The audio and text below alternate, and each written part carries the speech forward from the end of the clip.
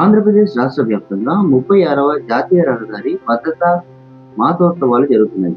ఈ సందర్భంగా స్కూల్ విద్యార్థులకు సురక్షితమైన ప్రయాణం సాధ్యమేనా అనే అంశంపై విరాట్ మీడియా ప్రత్యేక కథనం. పరిమితికి మించి ఆటోలో విద్యార్థులను తీసుకెళ్తున్న ఆటో డ్రైవర్లు, కొంత దూరమే కదా అని కకృతిపడుతున్న తల్లిదండ్రులు, మాకేం సంబంధం అంటూ పట్టించుకొని స్కూల్ యాజమాన్యం వెరసి నిత్యం ప్రమాదకరమైన ప్రయాణం, పరిమితి మించి విద్యార్థులను తీసుకెళ్తున్న వైనం సర్వసాధారణం అయిపోయిన పరిస్థితి. తల్లిదండ్రులకి లేని ఇబ్బంది మాకెందుకు అంటూ పట్టించుకునే రవాణా శాఖ, ట్రాఫిక్ పోలీసులు కేవలం అవగాహన సదస్సులు, తూతూ మంత్రంగా కార్యక్రమాలతో రహదారి భద్రతా మాసోత్సవాలు ముగుస్తున్నాయా అనే సందేహం. విద్యార్థులకు సురక్షితమైన ప్రయాణం అందజేసేదెవరు? స్కూల్ పిల్లల ప్రయాణం మరియు భద్రత.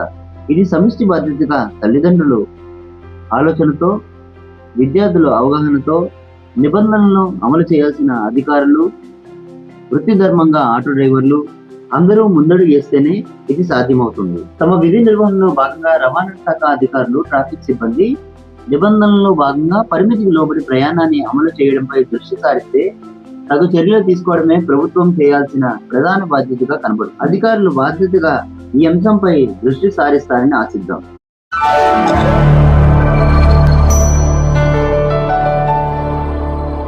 Thank you for watching the video and please subscribe Virat Media. For more updates, click on the bell icon.